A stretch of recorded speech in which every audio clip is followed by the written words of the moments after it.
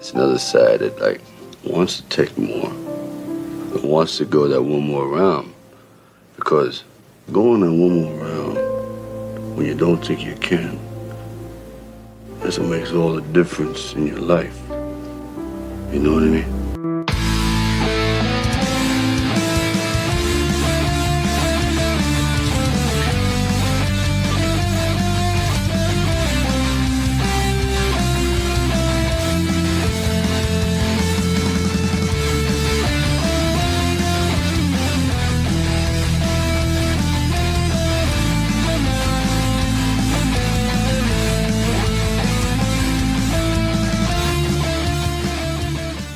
Good day and welcome to another episode of One More Around, the Rocky Series podcast. I'm your host, Ryan, and with me today, we have the lovely Katie and the more lovely guest co-host, Jared. How you doing?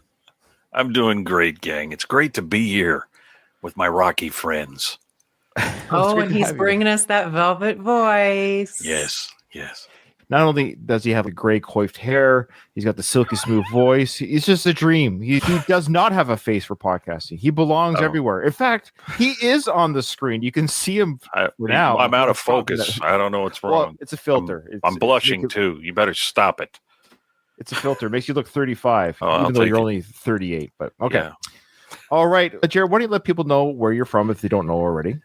Oh, I am the co-host of the Hyperspace. Podcasting in the 25th century.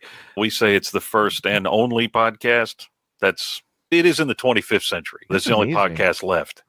But wow. I do enjoy being on your podcast as well.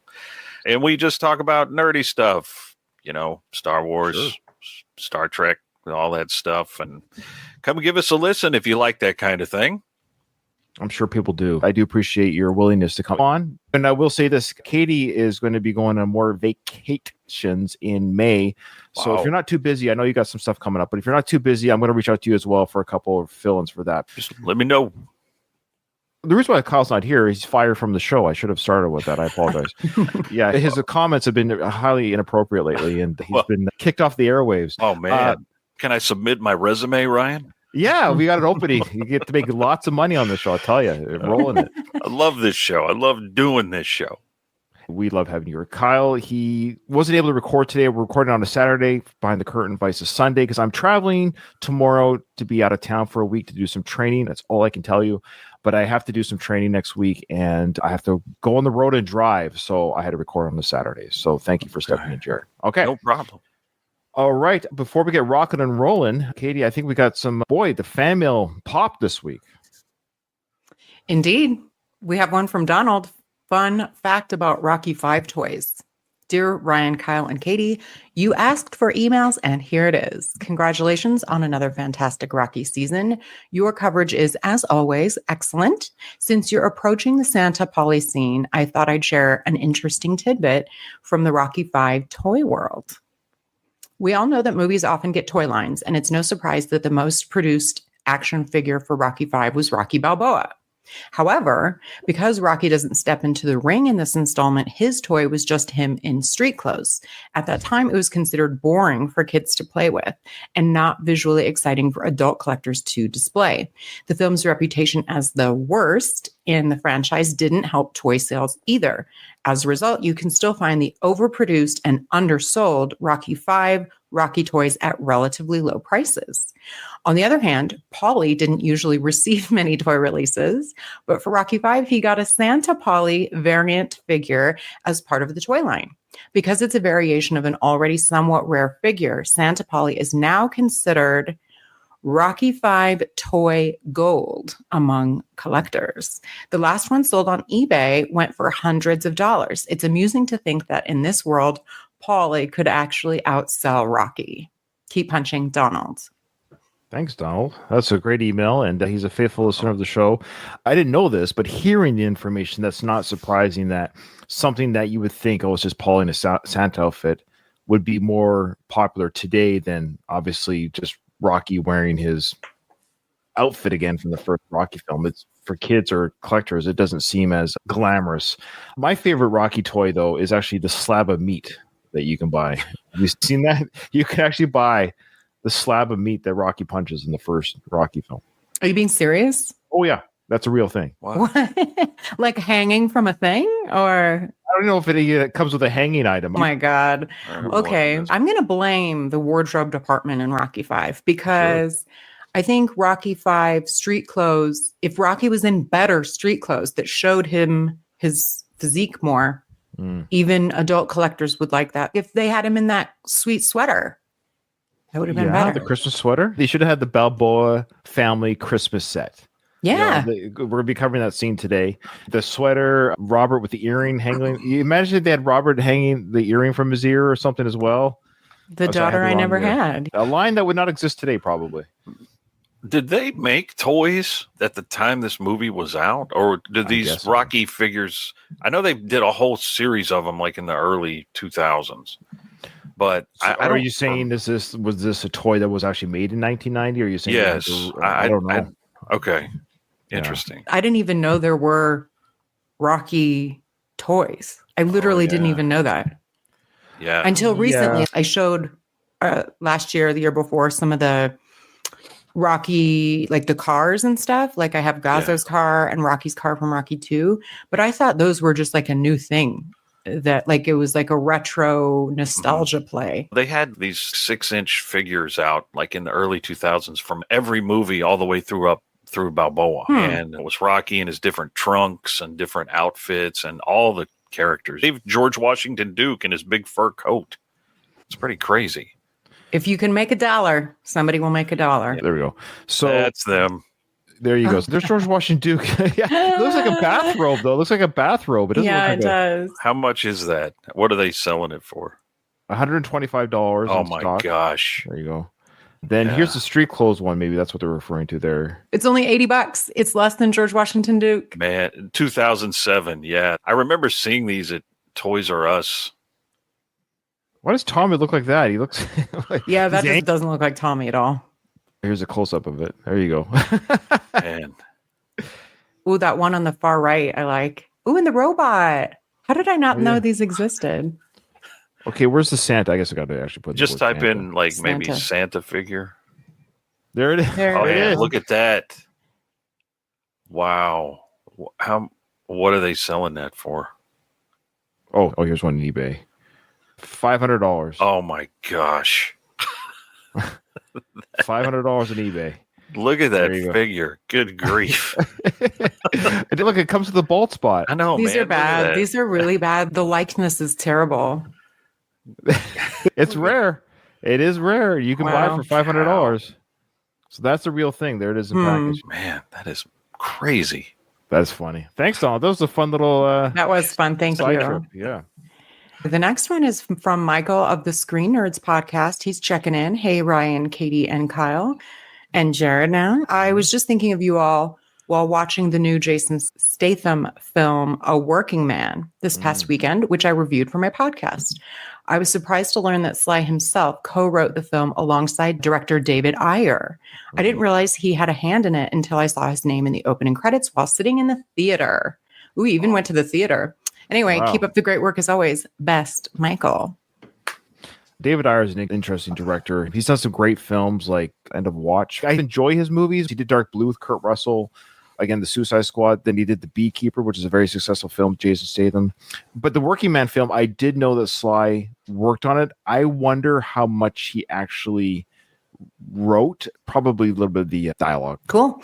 Then we have one from Vic Arone. He says, keep up the great work. Hello, all. I sent an email a while back, but maybe it didn't make it through. Ryan, what's happening here? I know. I need a secretary. The network is so big and vast that I get lost in all the fan mail. Like, it's overwhelming. Yeah. He says, perhaps Kyle's onto something. I had to dig up an old computer, set up an account, and even take a 6-week course on computer technology. Then I had to sign up for the internet. Kyle has been really discouraging our listeners from email and saying how difficult it is to email. I apologize, Vic, for the journey. I apologize. And thank you for going through all of that. Especially that 6-week course. Yeah. He says, no, seriously, I'm such a fan that I would write every week. I get really excited when you read my emails and I make my wife listen. She says, oh my God, again, leave those poor people alone. But I tell her, no, Ryan wants people to write in. That's right. You need a new wife. That's what you need. Maybe you're getting fewer message because of the tariffs. Are 25% fewer emails crossing the border now? There's something to that, I think. Need more Canadians writing to me. Where's my Canadian listener? Yeah. Good point. Good point. Yeah. There's a lot of solidarity now amongst the right. Canadians. Where are the emails? He says, I think I speak for all the listeners when I say you have the best podcast out there. I was going to say that Kyle is the brains, Katie is the beauty, and Ryan is the heart, but that's not true. Each of you has brains, beauty, and heart, and the warmth and love for Rocky comes through in every episode. Aw, I love that you made us not into typical stereotypes. Oh. And apparently Ryan and Kyle's love for redheads with big knockers. Knockers, that's a fun word. I love it. That's a great word. Come on, guys. She looks 45. Yes, she's on my side. She does look 45. No offense to 45-year-olds, but...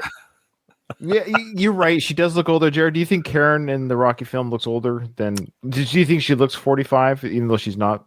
I don't think she looks 45. She does look older than Tommy, though. Way older. She's older than Tommy. I think she's just a little bit more weathered. You could say that. Okay. He says, get poor Tommy a younger woman. Last episode was very risque with Kyle talking about swinging, big boobs, and adult films. Just another reason why this podcast is the best. You never know what you're going to get is the point, I think. I know. The tenders are terrible. I'll leave you with an actual Rocky V question. But what do you guys think happens the day after? It's all well and good that Rocky knocks Tommy out, but Tommy is still the heavyweight champion. Wouldn't it be funny if he continues to fight and stays the champ for years, gaining fame and millions?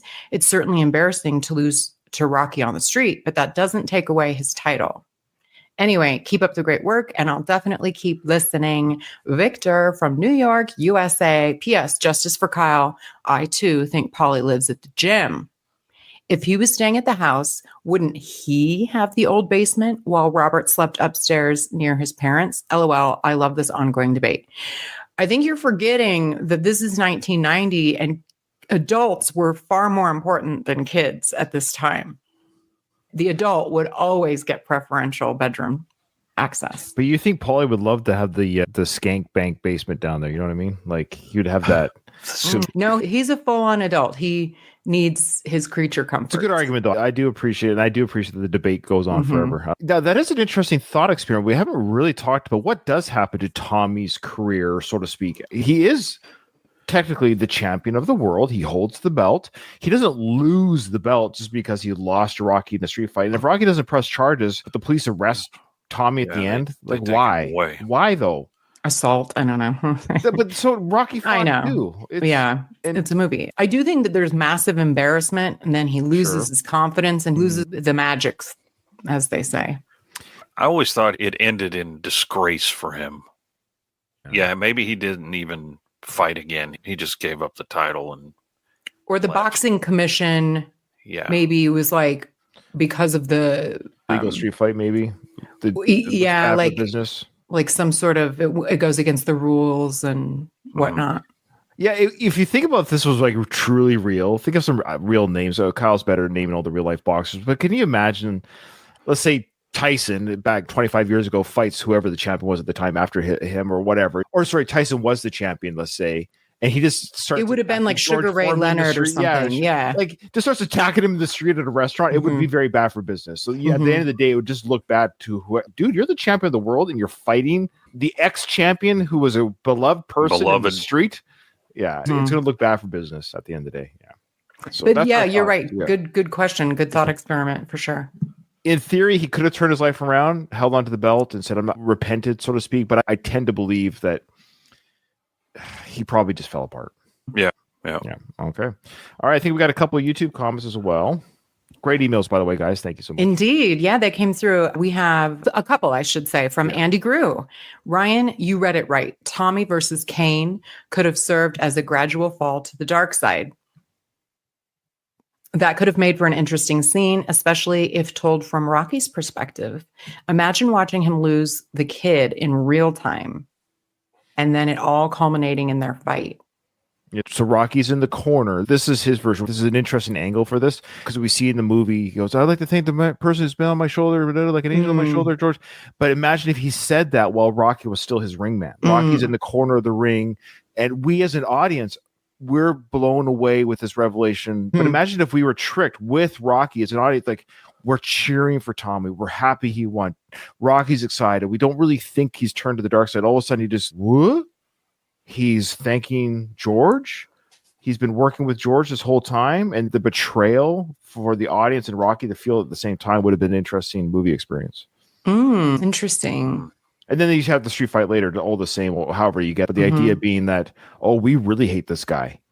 Because the Rocky would have been the corner. It would have been a great acting moment for Slide to have that look of like embarrassed because he's supposed to be excited for his student who's won the belt, but now he's feeling like embarrassment and shame and betrayal at the same time. That would have been an interesting scene to act, all those emotions.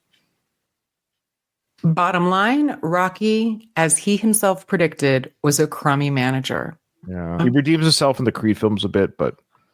True. Yeah. Also, here's one for all of you. At one point, it's clear Tommy gets a sponsorship. What is it? It's Googleable. Try not to. Jared, do you remember? I don't remember. So I guess he got some sort of sponsorship in the film. Andy's saying that we can't Google it. He wants to know if we know off the top of our head. I don't. No. Okay. The only thing that comes to mind for me is Tommy, the stuff he's wearing after the fight. Do you guys remember the brand Pony? No, I don't. They're like sneakers. It's like Adidas or Nike, but this was a kind of a bigger brand back in the 80s and early 90s called Pony. And Tommy is decked out in Pony stuff. That might be it then. That might be it. So Good call. I don't know. Check my work because I don't know if that's it. Yeah. So those were Pony sneakers. I've never heard of. I haven't either. Wow. Interesting. Jared. Okay. So let me see if this is in Rocky 5. Is that the, that didn't come up. So what is how would I Google this? What sponsorship did Tommy get? Does anyone know who's listening? That's weird. I wonder what it is. I like the pony idea. I do too. If you're saying he's wearing pony shoes there, Jared, that's a good call. Yeah. Michael says here, in real life, such athletes that were sponsored by Pony were Dan Marino, Reggie Jackson, and boxers Muhammad Ali, George Foreman, Larry Holmes, and Leon Spinks. I've never heard of this brand, but yet this brand has sponsored some big players. Interesting. Wow. Okay. All right. What did Andy say next? He gives us a couple. Thanks, Andy, for that, though. We got some research to do. Yeah.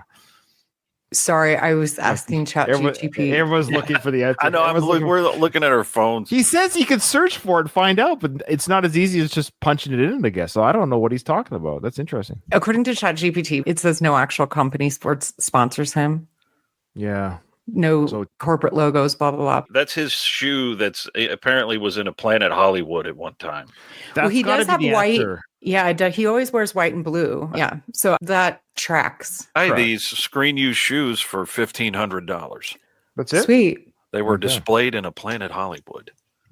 So I'm going to go with Pony. I don't remember Tommy having a sponsorship the way we see in Rocky 3 or Shamrock Meats or something like that. I don't recall him like hockeying anything. Yeah, you remember in Rocky 4, everybody has the boss shirts on. Yeah.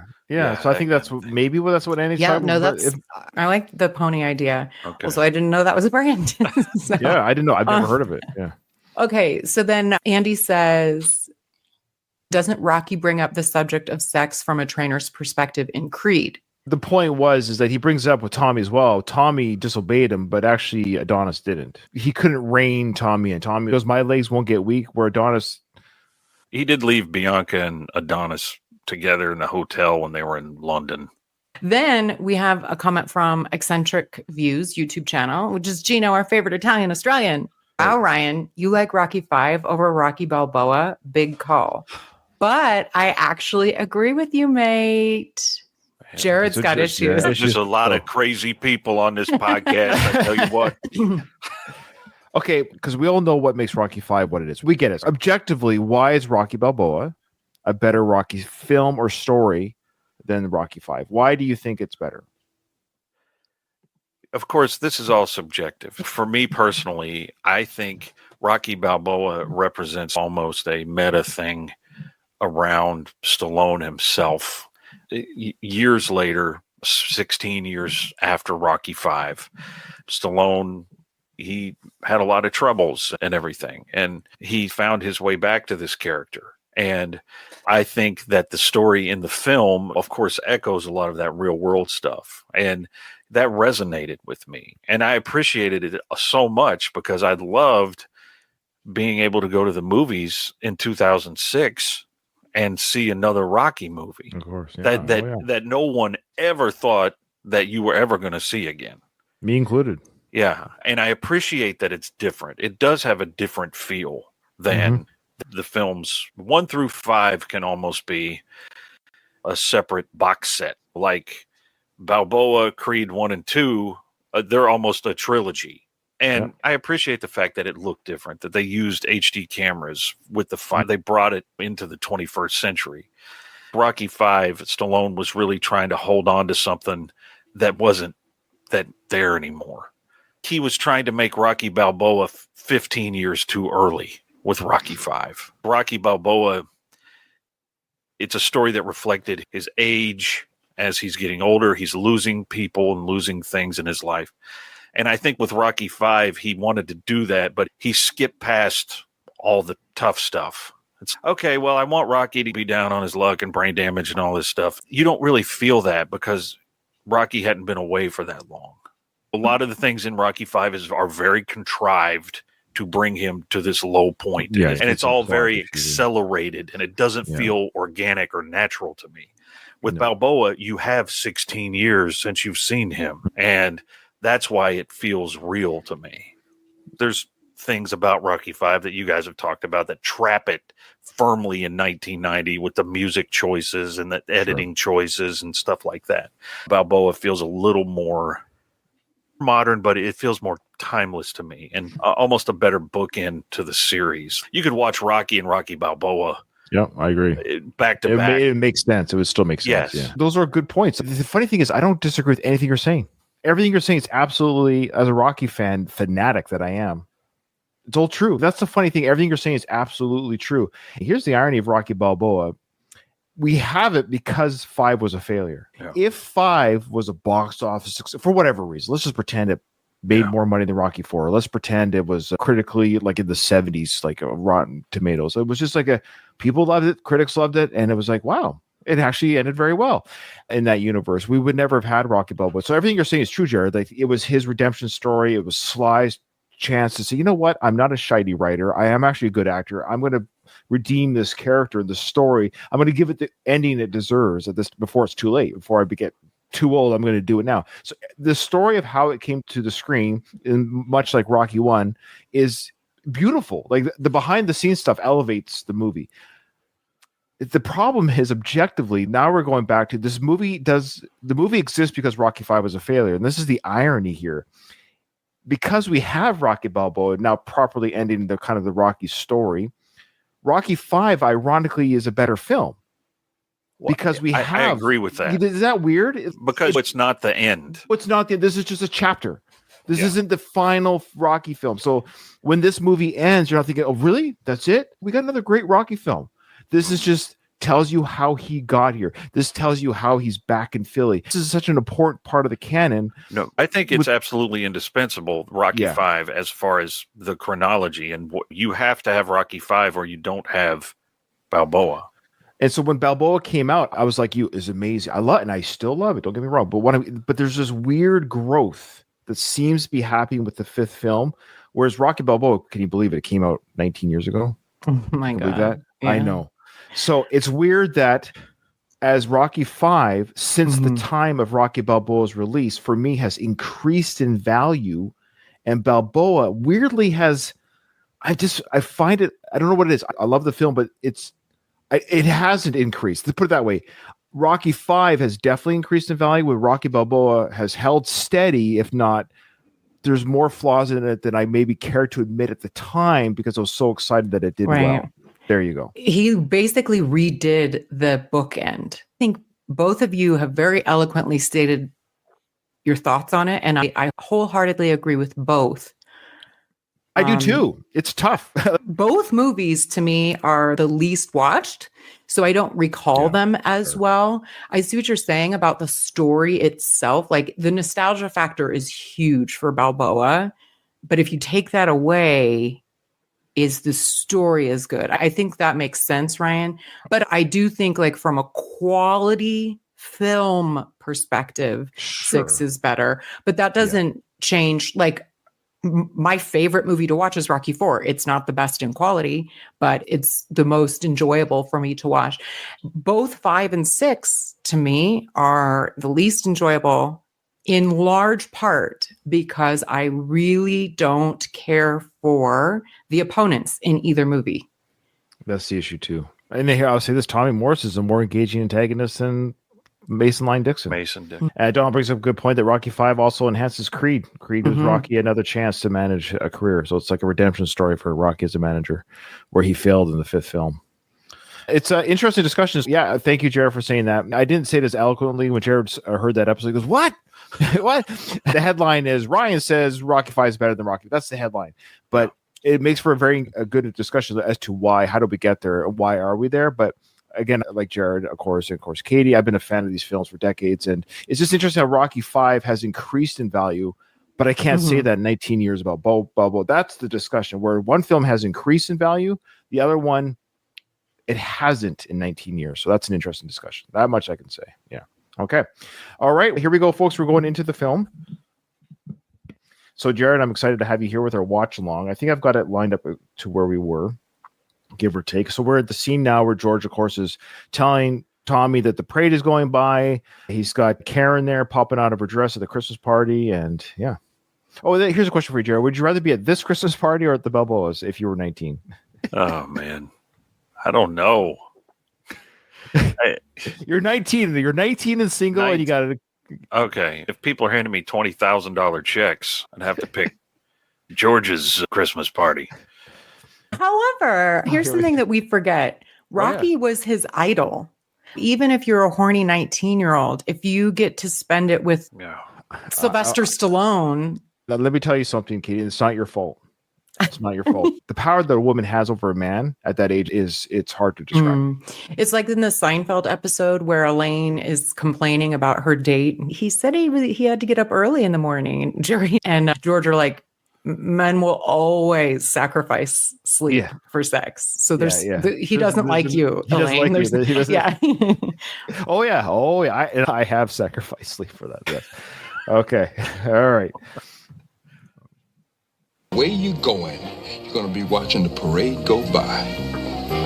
Exactly. Tommy, you haven't had the big payday yet, and you won't until you fight those top contenders, and those top contenders, Tommy, boy, I do surely own.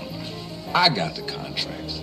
So he owns the top contenders. He makes it very clear. I never caught that till this watching, after 100 times watching this film, that George Rodriguez does this with his fist. Those top contenders, he makes boxing motions with his hands there. I never caught that before. He imitates a boxer stance in that moment. So he's got the contracts. He owns everybody. He's the dungeon master. This is when I pause, just when you guys can say anything you want. You don't have to. No further comment. No further comment. Okay. Yeah. I like to give the courtesy pause before I hit play again. I do talk a lot, but I will stop. I promise. It's a complex business. It's a complex business. But if you want the best, then go with the best. Merry Christmas. Merry Christmas. What about Rocky? Where does he fit in the picture? What about Rocky? If it wasn't for Rocky, we wouldn't all be here. Rocky can still train you. My God, he's done a wonderful job. Now look here. Here's 20. Okay, so that part was cut out of the original theatrical cut. Of course, that was the workers' print. We had a nice little makeout session between Tommy and Karen. Did you like that little kiss in there, Katie? It's fine. I just think she's like cartoonish looking, so I can't take her seriously. And of course, Tommy, to his credit, it was taken out of the film. I wonder why, but to his credit, he's actually still thinking about Rocky. He's not here in spite of Rocky. Even at this moment, he's okay. That's great. You're offering me these. What about? Oh, he's done a magnificent. So I mentioned this last episode, Jared. I want to hear your thoughts. There's a universe where Rocky could have said, "Oh, great. Sounds great. You got a manager. I'll train you to have a manager. So what would a Duke's plan been then? If Rocky was along on this ride? Yeah, so great. I'm not mad at you, Tommy. Sounds great. Enjoy the parade. I don't want you to miss the parade. Have fun. This is all a long game for That's him what to get Rocky and Tommy to fight each other. I don't know. I think Duke would be squirming a little more. This is not the way it's supposed to be. Jared, you're a Star Wars fan. It's basically Anakin's fall here. He's got Palpatine on his shoulders. Sure. But George Washington Duke is Palpatine here. Yeah, he's manipulating him this whole time. Yeah. I figure he would have found some other way to make them hate each other if Rocky was on board with all this stuff. 20 grand. What's that in today's money? Probably like 50. At least 50. I'd still take 20 at this point. Come on. No, so two things. You guys were saying a lot of words that I don't understand. Star Wars nerds, Star Wars. Two, I don't recall in the theatrical version, George Washington Duke, he also gives Rocky more credit in the workers' print. We wouldn't be here today if it weren't for Rocky. I don't remember that being, that wasn't in the theatrical cut, right? I don't think so. No, it wasn't. $1,000. Take it as an advance. Time to put some hustle behind this muscle. Merry Christmas. Merry Christmas. All right, now we're back to the Balboa Christmas. Wonderful scene to get you in the mood for Christmas. Yeah. I got a question for you while we're sitting course. on this freeze frame. We are to believe this is Paulie's house from part one, from the first film. It is a different house, clearly, but yes. Because, yeah, like there's no stairs in the first movie. Or Nope. No, I didn't think so. No, but they also have a different mansion and every. Yeah, that's true. And maybe once Rocky was giving him money, maybe he updated. That's what I was trying to say. He did say, "Aren't you glad I kept the place?" Now, keep in mind, he could have got the place in the third or fourth Rocky film. Like, he could have upgraded the place. I know we're led to believe that the place is, we're all thinking as Rocky fans and nerds that he's referring to the original home that I broke up the China set with the baseball bat. He threw the turkey away. Definitely. He lived in the mansion from 3 forward. Yes. So I just think he could have easily upgraded, though, at some point. Easily. He popped the top and put a second floor on. Because they not renovation, but just rented a different place or bought a different place. Because he would have got some sort of cut from Rocky, would have given him some sort of stipend or something. Sure. Literally the old neighborhood. He runs into people. It is supposed to be the original house. Yeah. I wish they just got something that looks something like it, but it's bigger. It's got stairs. Again, there's a lot of criticism warranted for this movie. Like things like this. Why don't they think like the fan? I don't know why film companies don't want to make money. I don't know why they don't just say, fans seem to enjoy this formula. Let's change it. I don't know. I think we have talked about Sly's a big picture guy, not so much a details guy. And therefore there should be people on the staff that are, but they're too afraid at this time, you got to say yes to the boss. Most CEOs are that way. Right. I've had bosses. You can't say no. You can't talk to them. You're right. No, you're right. Yeah. I think the only consistent location that we return to in these movies is Mick's gym, where it looks. Good point. I think even in Creed, when he goes back to Mick's gym, it's a realistic updating of that space. Yeah. And it makes sense to me. A gym is a gym, though. That's pretty easy to recreate. Yeah, of course. Yeah. But the outside shot, though, they always return the outside shot. And I guess that's the point, is I feel like they do that because aesthetically it calls on the nostalgia as a film goer. Oh, that's Mick's gym. Oh, that's Paulie and Adrian's original house. No, it's not. Not at all. I'm sorry. I didn't mean to get off track on that. Do you not listen to the show? I was just going to say. Okay. Yeah, of course. Hello, Jared. This is the first time we're meeting. This is what people pay money for. This is why they pay the big bucks. Of course. Okay, now Rocky's very excited, guys. He heard something on the roof. He can't believe what he just heard on the roof. Here we go. Adrian, I can't believe we just come up on the roof. He just landed there and crashed, and who do you think it is? Do I hear reindeer on my roof? It's Rantlers. Unbelievable. It's like a Rantlers. Yeah. Oh! Okay, Jared, but you're a dad and I'm a dad. Yeah. I watch Rocky do this and I'm like, I'm on board. I love it. I love that I'm embarrassing my kids. When I was younger, I thought Rocky was acting stupid. Yeah. But now that I'm a dad, oh no, he's just acting like a dad. He's being Well, silly, he's goofy, obviously he's enjoying himself a great Yes. deal, and that's what resonates with me. Rocky probably doesn't read the room very well because, like, by the time my daughter was Rocky Jr.'s age, I probably wasn't playing this kind of stuff with her. Maybe when she was younger, but They're not 5. no, they're teenagers. No, Yeah. And no. I think but chronologically they should be 5. But, you Like know, 9, yeah. in the Rocky Nine, 5 nine, Time Warp wormhole universe, point. Sage is drinking age now. Maybe that's why he's doing this. In Rocky's head, his kid is still 9. Yeah, he's like, yeah. wait, this is only 3 months separated from Rocky 3. whatever the age they are, they're tweens at the very least. I have a daughter who's 10 and a half going on to 14, and Okay. so it seems like just last year I could have been silly about reindeer. Now, not this year. Sure. It can happen very quick because Rocky's going to say, remember last year when we did? But- so this is very common for parents to experience, And, like, oh, well, I don't like the silliness anymore. Especially Christmas, because my daughter, she's 18, and she still likes for Santa to come. come. She doesn't want to see those gifts before Christmas morning. She wants to wake Right. up and see new Yeah. gifts. You play along. Yeah. Yeah. Of And we course. still do that. We still do And- stuff from Santa too, and I have kids who are in their 20s, so we give them Santa like from Yeah. Santa. It's like socks. Of You know, course. big gifts. The one that cost me true coin. That's from me, boys. Yeah. You want Right credit now. for that. You Oh want yeah, credit. Yeah, the It's funny. Xbox is from Dad. yeah, that's right. Somebody that I work with, she was saying that she's pissed because all presents come from Santa for their kids. No, I'm like, you shouldn't have started that. Yeah, Like exactly. all presents come from Santa, no, and it's a so she doesn't it's a get credit. yeah, it's a team effort to make Christmas fun. Parents and Santa, yeah. But yet, And, Ryan, I would say to answer your question, I relate to his excitement. Sure. I just don't know if I would be acting like this. That's where I was going, Ryan. Not necessarily him playing up the silly dad. It's the acting. It's another example of his weird, brain damaged acting. And it's Yeah, really bad. It's really bad here. I don't disagree because I thought that too. I guess in this moment right now, I think he's being more silly dad, which when you're silly dad mode, you are being a little bit goofy. So I think you're right. There is already the brain damaged Rocky in there, but I think he's just being silly for Christmas, which just makes it a little bit worse. Additionally, I wanted to point out this house, while in a bad neighborhood in Philly, the banister cap here is like crystal. Yeah, That's look at- quite nice. maybe they stole it from the mansion before Yeah. they got kicked out. Oh, Donald brings up a good point that Rambo was friends with Santa in the cartoon universe. Oh, you should have known that, Ryan. I haven't seen all the Rambo cartoons. I don't think I ever will. There's too many. I only have so much time left on this planet. Oh, come on, look who's here. You know this guy. You got a weird family. Don't I know? It's gonna be next Christmas before he gets down. I do love how Robert is like sitting at the chair, comfy chair on the almost like the Godfather-esque type mafia guy, and his little minions are at his feet. He's like, "Don't I know?"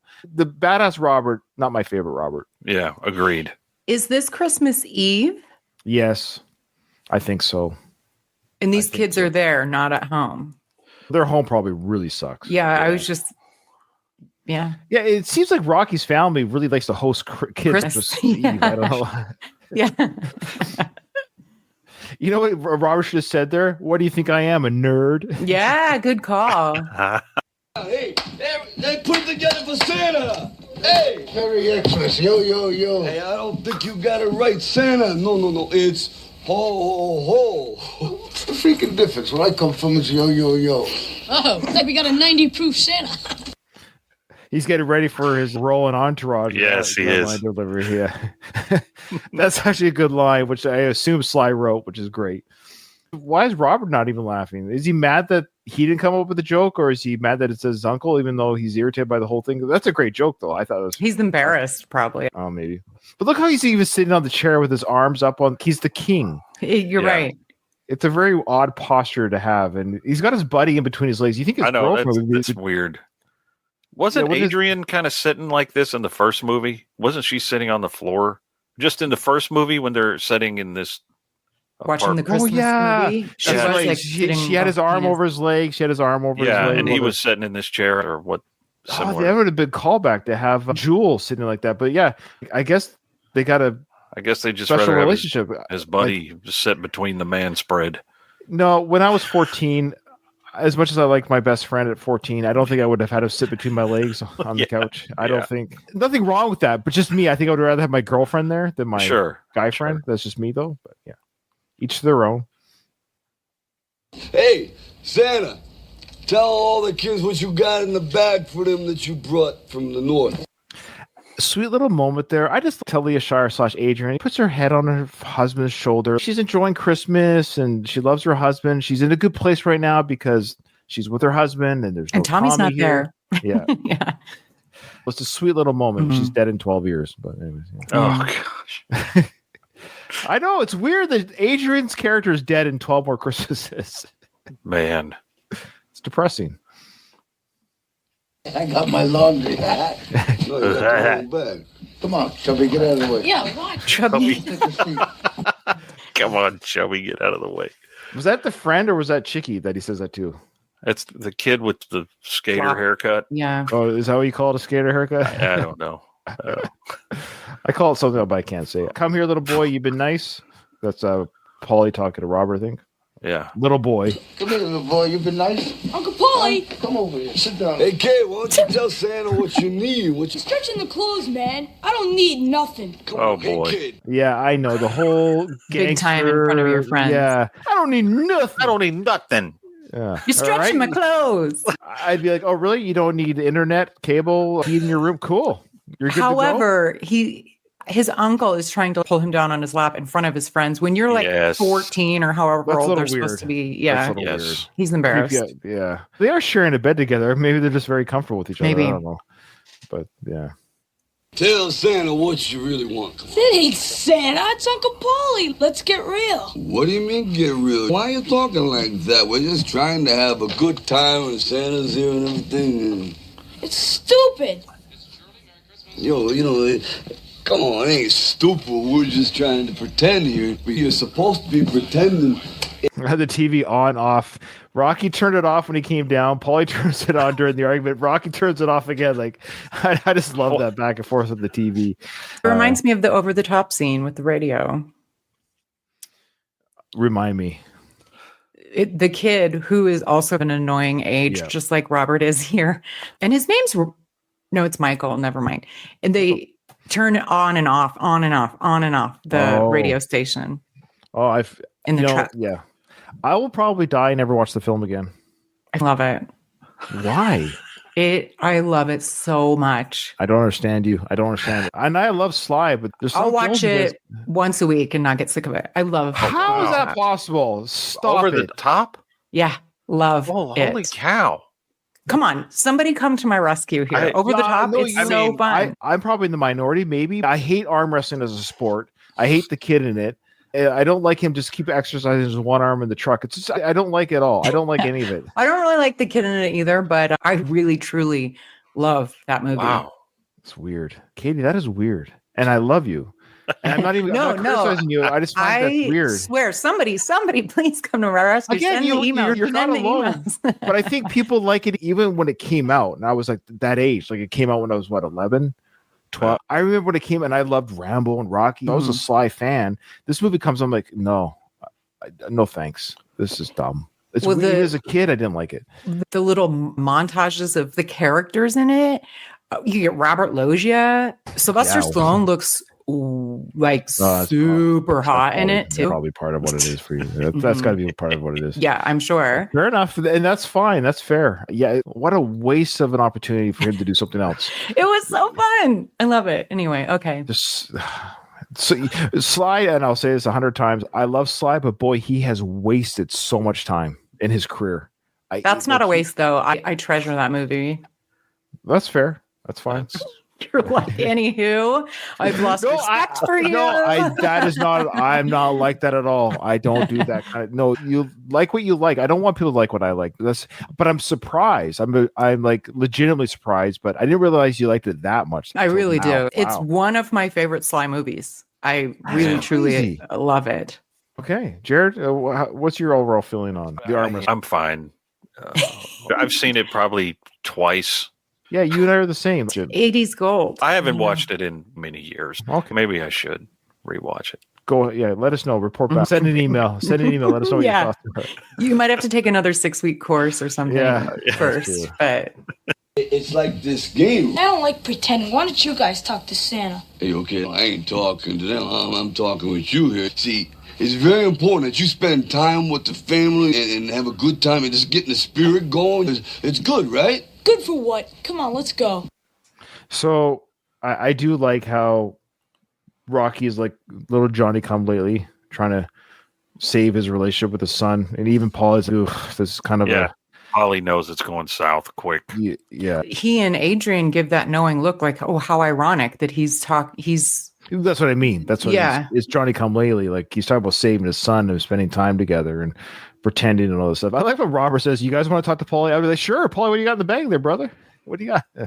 Yeah, but he's the leader of the gang. I think that's what we're led to believe here. Robert's the leader. Do you like the Christmas decorations? Pretty well done there. You got the red background curtain thing with the Christmas bell saying "Merry Christmas" on it, draped over the door. Red background curtain thing. But I remember more so for Halloween, those paper decorations that you'd put up, the paper pumpkins or skeletons or something. And then it's like that. It's a nice touch. Whoever set this, well, it's realistic. Like this is the 90s. They don't have a lot of money. And then their Christmas cards. I like the Christmas cards. I wonder who those cards are from. Who are they from? I was thinking the same thing. Their parents are dead. The Creeds. Family. The Creed? Well, no, they haven't talked since the funeral. That's remember? Right. Wow.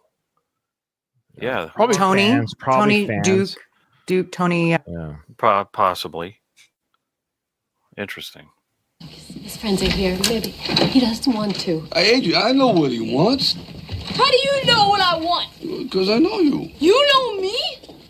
He thinks he knows me. Okay, you know what? I'm like, you know how badly, man. If my son, I was like, okay, dude, you calm we're down right now. Okay, I get it. You think you're a man now, but I've raised 5 boys, and I've just never had this. I've never had any of this kind of talk back to me ever.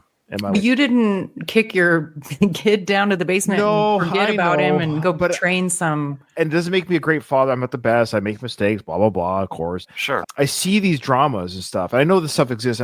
But I guess I've just raised them in a certain way where it never you're right, though, Katie. I didn't do that. But he thinks he knows me. But if I see my kid like this right now, if I was Rocky, I'd be like, okay. I think Robert cares enough to have this conversation. There's something there. We can, of course, it does get built on, but I'm not a family therapist, but I would suspect that Robert, the way he's acting means he actually cares about something. There's still something there, right? Oh, yeah. Because if he didn't, he wouldn't. Apathy would be. Yeah, sure. Rocky's always been a kind, like at this time, it wouldn't be surprising that like the dad would smack him. I know Rocky wouldn't, but like, don't you dare talk back to me, son. That was Paulie's kid. Yeah. But then that's a whole other issue. You're right. Once you've done that, now you've lost them. And there's no coming back. That's the environment that Robert's been raised in, where he knows he can do that. It doesn't make it bad or good. He's in a home where, he can yell at his parents. When Rocky's not yelling, the kid is yelling. So Jules, this is uncomfortable. Has Tommy already moved out? No, he's still in the basement. Well, so they're all just going down to Tommy's bedroom to hang out? Yeah, I would be careful to look under the bed. Didn't we see him with the new apartment? Did we already see that? He was shown the apartment, you're right, but I guess we never officially saw him move his things out. But you're right. I guess you could say he's there now with Karen. Now we're going to get to a deleted scene. There's a scene of them going to the basement. It's coming up right now. Okay. Look, I ain't celebrating nothing, okay? Hey, wait a minute. Hey, yo, come here. What's the matter with you? We always done this before. We always had a good time, Adrian. He hit puberty, Rocky. Your kid hit puberty. Welcome to teenage life. We don't have to change nothing, never. Do you remember last year when we had fun, when we had a good time? And we had a mansion with money. You were in Russia. True. You were fighting. I was at home with the robot. Great point, Kate. So is this truly a year after the landing of the plane, or is this longer? The timeline is just... It's just a movie mistake, but they just went with... They were just they're pretending like... But easy script change. Remember previous Christmases? Would have been a save there. Remember other Christmases where we did this? Really good point. Don't mention last year's where I almost died in the ring with fighting a super creature. Yeah. But then he goes on to say, it ain't last year and you ain't the same either. So this is to indicate like it's Yeah. Tommy had 22 professional fights in 3 months. Yeah, I know. You can't fix it. There's no reconciling. Last year, and you ain't the same either. What? Hey, Drew, what I do?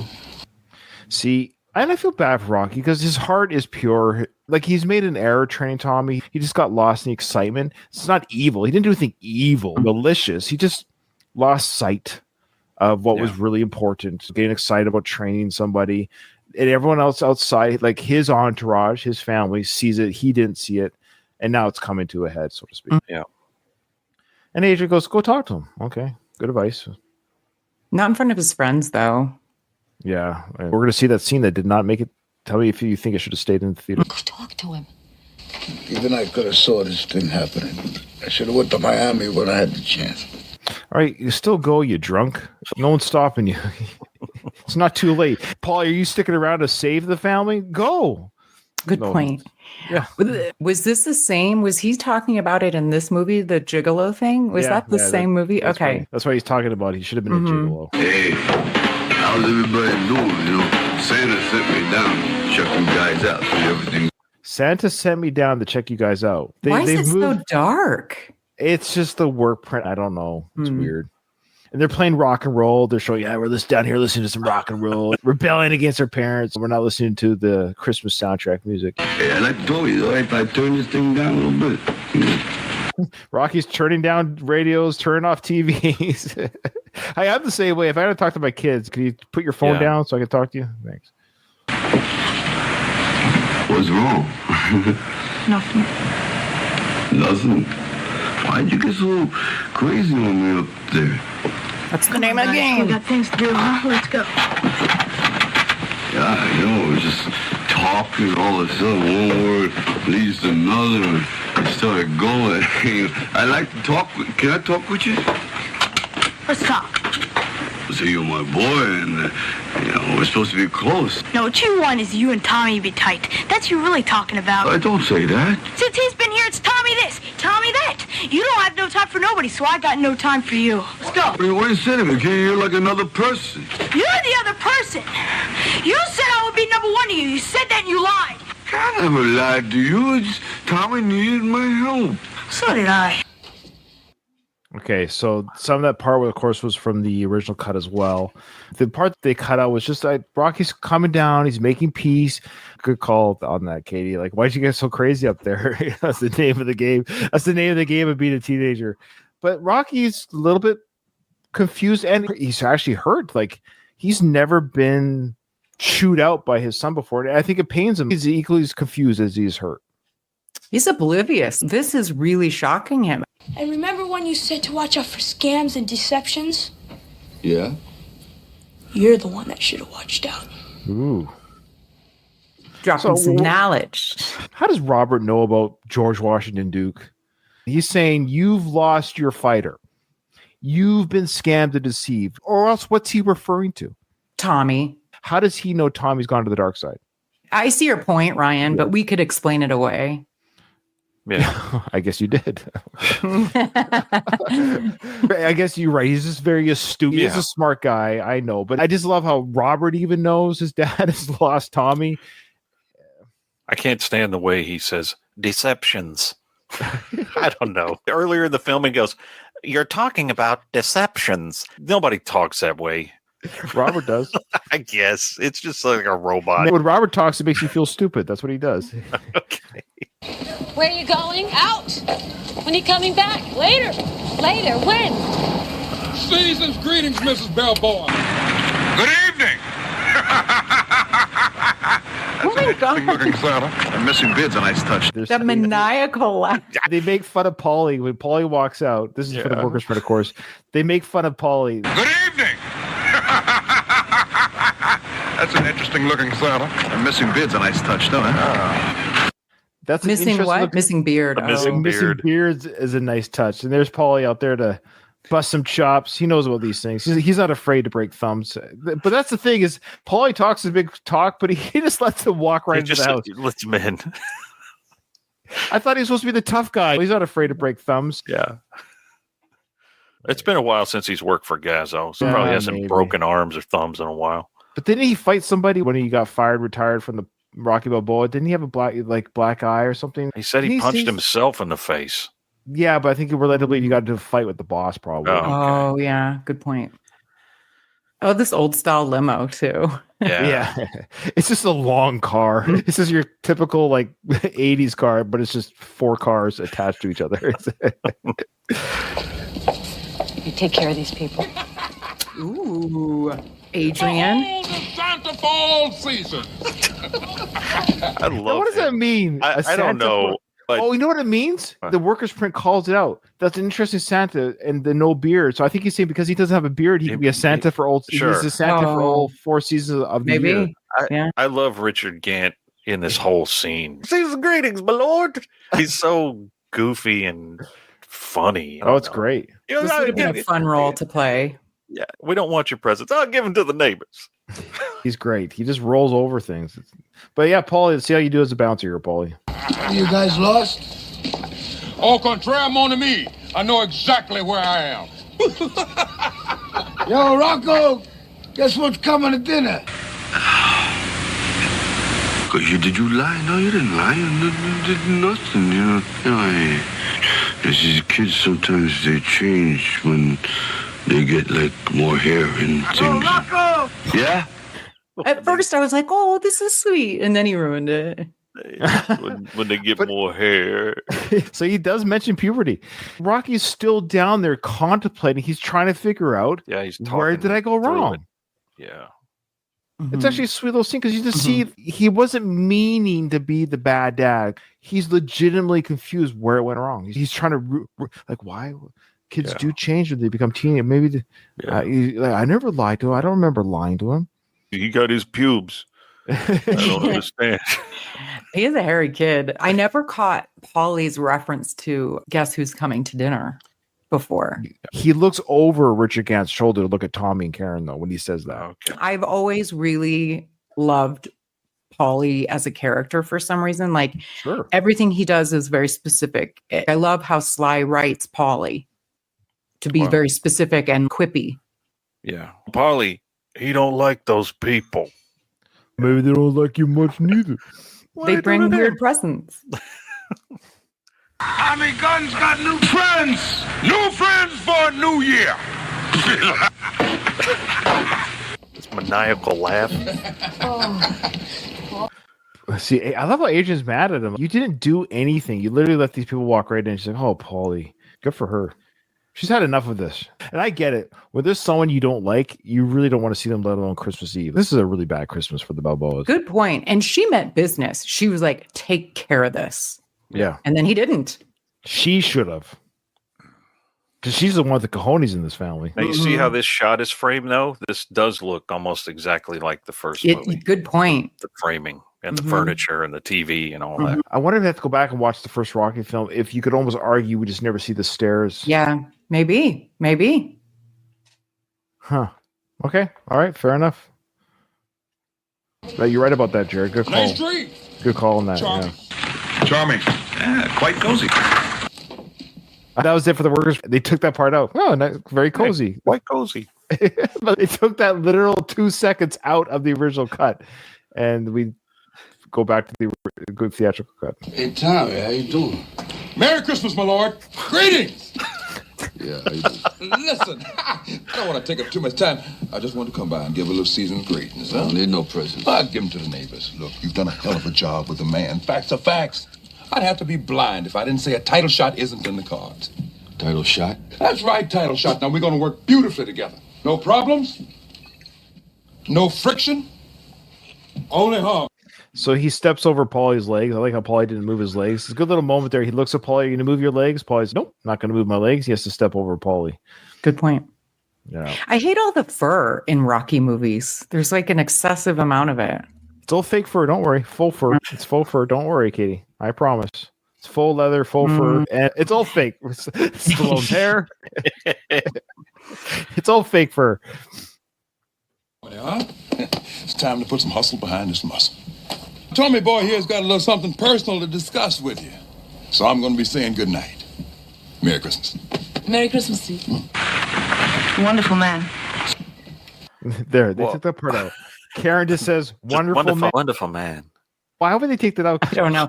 She is just a propaganda machine. I don't know why they took that out. See you soon, huh? Bye. Sorry I'm late. I got up having dinner. Yeah, well, there was a lot of traffic in there. Hey, Tommy, Adrian cooked something, but it's probably all cold. It's a lot of traffic. On Christmas Eve. So they can make sandwiches. All we can do is make sandwiches. This is no Rocky, big... I don't want to make sandwiches. That's no big deal. Tommy, why did you bring him here? He just wanted to come by. Rocky, mind if I talk to you outside about a few things? Oh, yeah, sure. Again, to Tommy Morrison's credit and Tommy Gunn's character's credit, that's really good acting. You hear the voice cracking. It's like he sounds nervous because he knows he's about to break Rocky's heart and or tell Rocky, like, Duke's giving me some opportunities here that you weren't doing. And now he gets defensive and angry, but he isn't that way now. He's rebuked by Adrian, and that seems to bring him down a few pegs. He's not going to yell at Adrian or get mad at Adrian. Yeah. Of course, he'll get knocked out by Rocky right there. But you hear in Tommy's voice that quiver. I think it's just great acting by a non-actor. He's nervous, and you could tell he knows what's coming. And he does use anger, but I think it's used later as a defense mechanism, not as, I'm angry at you, Rocky. You ever been in a fight with someone you love? It didn't start that way. You came in with hat in hand, but it ended up, oh, I got called out for some BS, and then you get angry because I got called out. How dare you get angry at me? Yeah. It's getting late. We have to be there by 10. Rocky. No, it's okay. All right. So we'll stop it there. Big scene coming up. Yeah. Jared, what are your overall thoughts there on what we covered today in Rocky V land? Talking about Rocky V is always an interesting experience. I think in our conversation today, we talked about the time travel plot holes, and you compared it favorably or unfavorably to other movies in the series. And when you take it in isolation, that's one thing I like about your examination of the film that you're doing on the podcast, especially with the work print, which I have seen, but I'm not overly familiar with. It puts a whole new spin on Rocky V. I just think your examination of the work print alongside the theatrical cut is very interesting, and it breathes new life into what for me is my least favorite of the movies, but it's fascinating. And I liked what we talked about today. Richard Gant, again, just having left that scene. Every time I see that, it makes me laugh, just the way he's acting. And it was awesome that you had him on the show a while back, on your original show. Yeah, you should plug that interview. I got to get it up there and put it on this feed. It's on the last of the Action Heroes podcast feed, but it's buried at the beginning. If you just search for Richard Gant, listeners, you would find it on YouTube as well. If you search Richard Gant interview, Going the Distance, or With Ryan or something, it'll come up. In the last of the Action Heroes podcast network, if you have that podcast open, you just in your search bar. Oh, is that how it works? Yeah. It searches by episodes then. Oh, okay. Like, at least on my podcast player. What app do you use? Pocket Casts. But once you're in the podcast, you can search episodes. Okay. So you just search Richard Gant in the feed, and it should bring that. Okay. And you've inspired me today. I'm going to actually watch Rocky and look at the differences between the two houses and see if it's the same thing. Exterior is. Yes, the exterior is definitely the same. Mm-hmm. But interesting. I'd never caught that before. We happened to pause it. You're right, Jared. That angle, I'll give it to you. Yeah, it was like, okay, that looks like that one passes. Maybe we just never see the camera. The closest we might get is when they're on the couch before the baseball bat scene. What do we see behind? That's Do we see enough over their shoulder of a wall or stairs over their shoulder? I don't remember. Yeah. I don't think there's stairs there. Clearly, it's a different set, and they had to have stairs for the purposes of this movie. Of the Rantler. Yeah. Because one of the bedrooms in the original movie was at the back of the house, past the kitchen. That's where Adrian's bedroom was. So I think it's like actually is different, but given that scene, they did make some attempts to make it look. I think that's the middle ground, that they want us as a viewer to think it's the same house with that angle. Okay. P.S. before the episode is over. Yeah, please. You won't be shocked at what I'm going to say. I found someone on my side. Regarding what? Over the Top. Donald says he's with me. Great soundtrack. The best arm wrestling movie ever made. So just Best arm wrestling movie ever made. Wow. Congratulations. Of 4 of them. No, yeah. I know. Go check out my review of Over the Top on the Sylvester Stallone Podcast Network with Craig and Doug. And I can't remember my exact feelings, but I think I just overall, I don't like the sport of arm wrestling or slapping. There's something about those sports that stress me out. So I don't know what it is, but the whole idea of bending an arm, and then there's a scene Over the Top where the arm breaks for real, Katie. It's in the I know. They keep that it was in a the real film. tournament that they filmed. It's a real arm break. I know. They keep it in the film. Jared, did you know that? I did not know that. Yeah, have fun watching that when that comes on, everyone. Okay. However, with that, this episode is over. I didn't hear no bell.